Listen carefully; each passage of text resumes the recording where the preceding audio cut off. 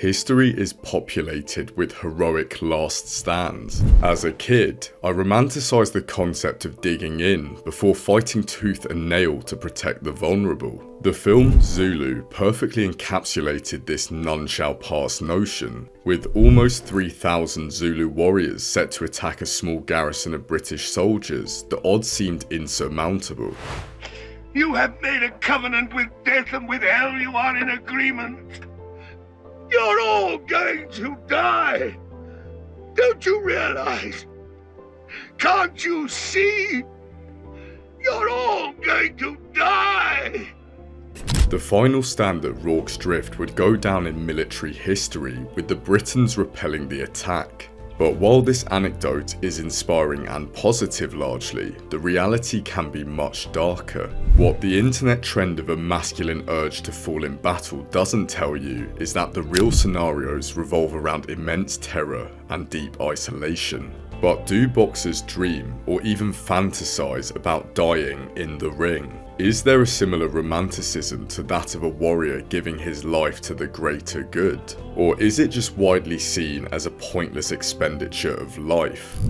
I always like to think I'm a bad motherfucker, vicious motherfucker. I don't give a fuck, but that's a part of Ali. That's where he overshines me, because I can't understand a man that's willing to just really die for this.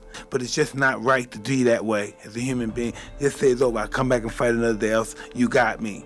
Muhammad Ali is perhaps the closest form of a romanticised warrior.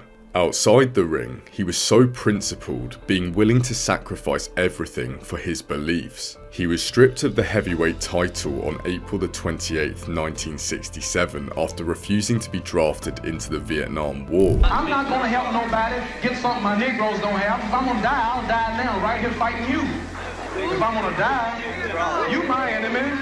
My enemies are white people, not Viet Congs or Chinese or Japanese. Sacrificing nearly 4 years of fighting in his prime, Ali simply refused to bend the knee to anyone. He was so wedded to his beliefs and the trade of boxing, he implied he'd give his life for them.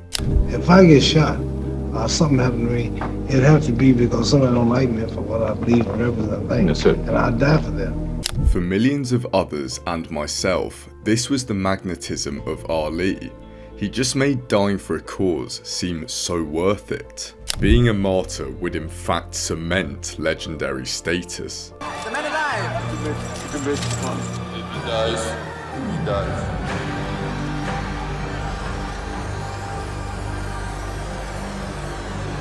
Ali's fight with Holmes would unfortunately shatter the perceived romanticism of going out on one shield. With the greatest already showing worrying signs of Parkinson's disease, the ordeal was incredibly distressing. Muhammad Ali against Larry Holmes wasn't a fight, it was an execution. Ali should never have been allowed in the ring that night.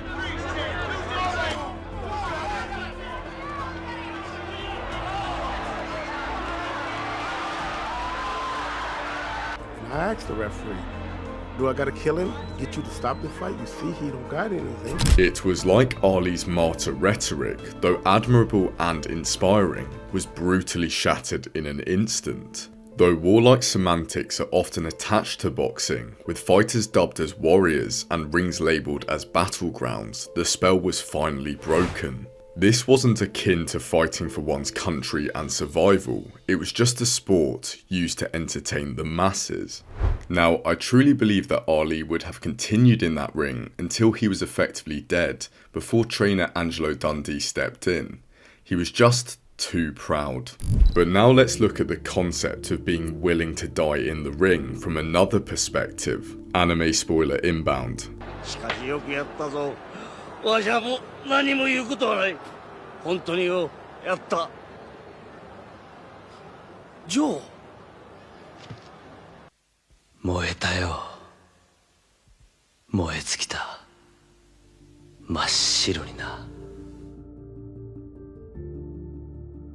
In a snapshot which has been immortalised in manga folklore, Joe Yabuki slumped on his stool before succumbing to his injuries. See, Joe ultimately embodies the masculine urge to win the battle or die trying. He knew he was suffering from punch-drunk syndrome, routinely spacing out and tripping over his own feet. When confronted about it by his love interest, Yoko, he replied with, "And what if I am?" Joe knew his condition all along, but his masculine bravado ensured this fact was hidden. He knew fighting Jose Mendoza would aggravate the symptoms, yet his masculinity told him that he gotta go because the strongest man in the world is waiting for him. He was trapped by his masculine urge and honor.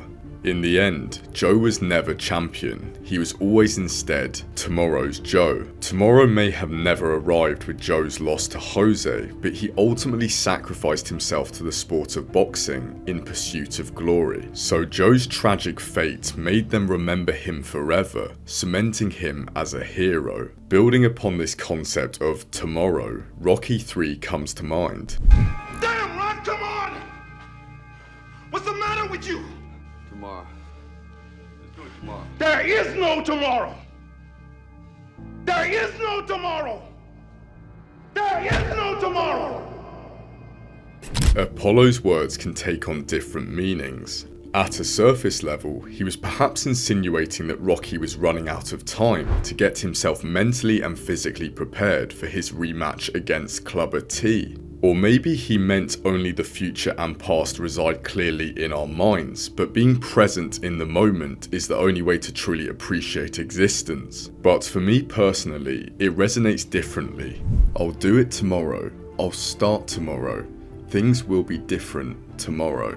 People universally paint tomorrow as a safe haven, legitimizing procrastination and mitigating their lack of achievement. But tomorrow can only be this paradise filled with abundant motivation and prosperity if you give 100% today and cut no corners. Apollo was willing to give everything for a better tomorrow.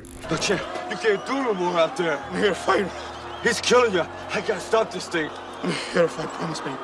You're not gonna stop this fight. He was proud, perhaps naive, yet his masculine urge refused to allow him to fully accept the fact he was done as a boxer. By falling, he'd go out on his own terms. The case of Johnny Owen has always stuck with me. The 24-year-old Welsh bantamweight boxer travelled to the US to fight the Mexican Lupe Pintor for his WBC belt. Depressingly, Johnny had written in his diary hours before the bout, stating, "I hope everything comes right on the night." He stood toe-to-toe with Pintor, trading vicious blows throughout and coming forward. But after being floored several times, a cruel twist was unleashed. He went down like a marionette that had its strings cut. He just folded and crumpled to the floor. He would never regain consciousness, dying from a blood clot on the brain. The reality was that a young man had needlessly lost his life at the hands of a brutal occupation. Johnny could have achieved so much both in and out of the ring, and the pain upon his family must have been horrific. Yet the consensus appears to be that the ring was Johnny's place of solitude and familiarity. Lived and breathed for boxing.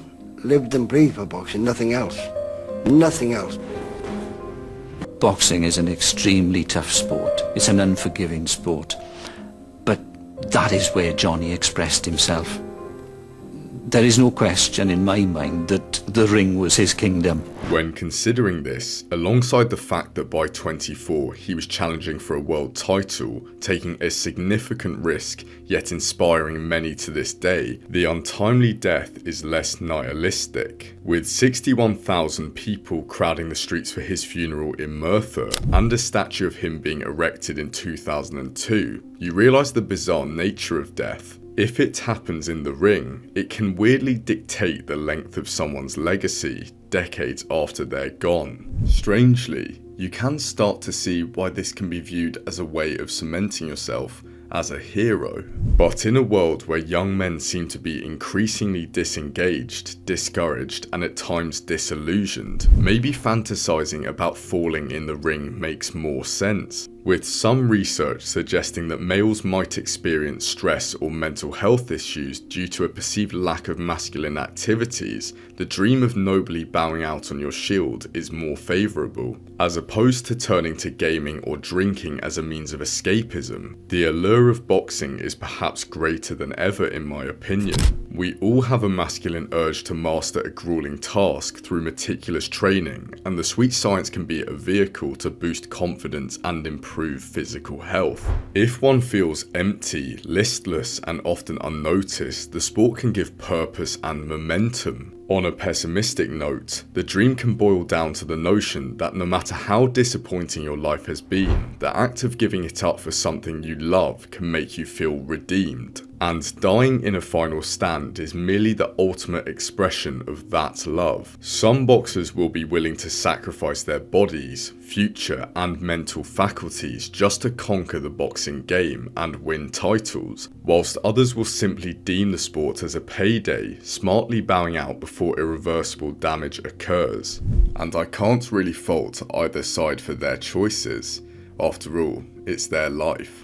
But now I'd like to hear what you guys think. Does dying in a boxing ring, having expended every last bit of effort to achieve a lifelong goal, evoke a similar masculine urge as, say, isolating yourself in the middle of nowhere to master a craft, or pulling off an extraordinary feat to save those around you? Do you simply see boxing as a form of entertainment and deem being willing to die in the ring as entirely pointless? Could it be said that boxers subconsciously sign a contract which serves as acceptance of the risk of falling to a superior foe, perhaps permanently? To round off, in Elliot Wurzel's book Dog Rounds, he notes, "Despite the price it extracts and the guilt it causes, the glimpse of something people are prepared to die for, the essential victory a fight represents, rather than the pageantry it comes dressed in, is still a tantalising sight to many of us." Thank you so much for watching, guys. I strongly recommend you check out Majorski's video on men's obsession with dying in battle, linked down below, which gave me the idea for this piece of content. It's a masterpiece, really. Please consider liking and subscribing, guys. It genuinely means the most. 2025 has been going really well. We've got loads of momentum, so let's try and keep that up. And thank you for all the support recently on the channel. It's been unreal. As I said, having 40k by the end of the year is the goal, but we'll have to wait and see. Please tell your friends, tell everyone. Let's get word out about the channel, and yeah, that's all I've got to say. Thank you very much, guys. See you later. Cheers.